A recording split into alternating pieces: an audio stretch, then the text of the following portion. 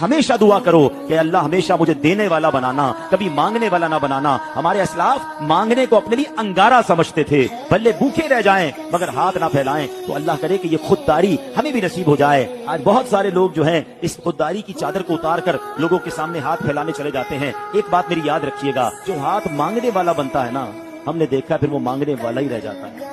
ہاں، مانگنے والا ہاتھ مت بڑھانا، مانگنا ہے نا مانگو اللہ سے، مانگو اللہ کے نبی کی بارگاہ میں عرض کرو کہ یا اللہ اپنے نبی کے واسطے مجھے عطا کر دے۔ رو کے اللہ کی بارگاہ میں مانگو نا، جس نے سارے جہان کو دینا ہے اس سے مانگو۔ تم بندوں سے مانگتے ہو، میں تمہیں خالق سے مانگنے کا بتا رہا ہوں۔ اگر باپ آپ کے ساتھ ہے تو پھر کسی چیز کی ضرورت نہیں ہوتی، کیونکہ آپ کا باپ ایک درخت کی مانند ہے، پھلدار نہ ہو تب بھی وہ سایہ دیتا ہے۔ ماں کے قدموں کے نیچے جنت ہے تو باپ جنت کا دروازہ ہے۔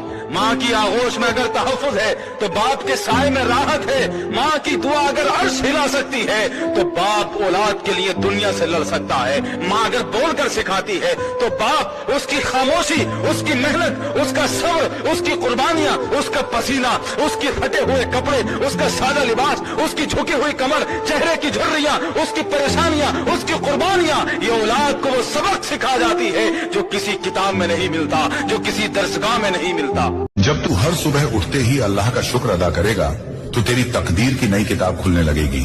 تیرا دل جتنا صاف ہوگا اتنی ہی جلدی رحمتیں تیرے قریب آئیں گی۔ جب تو لوگوں کو معاف کرے گا تو اللہ تیرے گناہوں کو بھی معاف کر دے گا۔ دنیا میں سب کچھ مل جاتا ہے محنت سے، لیکن جو بنا محنت کے نصیب بدل دے وہ ہوتی ہے ماں کی دعا۔ جس دن ماں نے خوش ہو کر دعا دے دی، اس دن سے اللہ راستے خود بنا دیتا ہے۔ اس لیے اگر زندگی میں کچھ چاہیے تو پہلے ماں کا دل جیتو۔ میرے نبی نے فرمایا، جس نے روزہ رکھا اللہ کی رضا کے لیے، جس نے تراویح پڑھی اللہ کی رضا کے لیے، اس کے پچھلی زندگی کے سارے گناہ اللہ معاف فرما دیتا ہے۔ جو حرام کماتا ہے نا، جو جھوٹ بول کر، ملاوٹ کر کے، سود کا کاروبار کر کے، رشوت کر کے، چوریاں کر کے، ڈاکے کر کے، کر لو جمع، شاید 5-10% سے زیادہ خرچ نہیں کر سکو گے۔ میں رو رہا ہوں وہ نہیں دے رہا، میں پکار رہا ہوں وہ نہیں دے رہا، تو کرو نا بھروسہ کہ میرے لیے یہی بہتر ہے، اس لیے تو نہیں دے رہا۔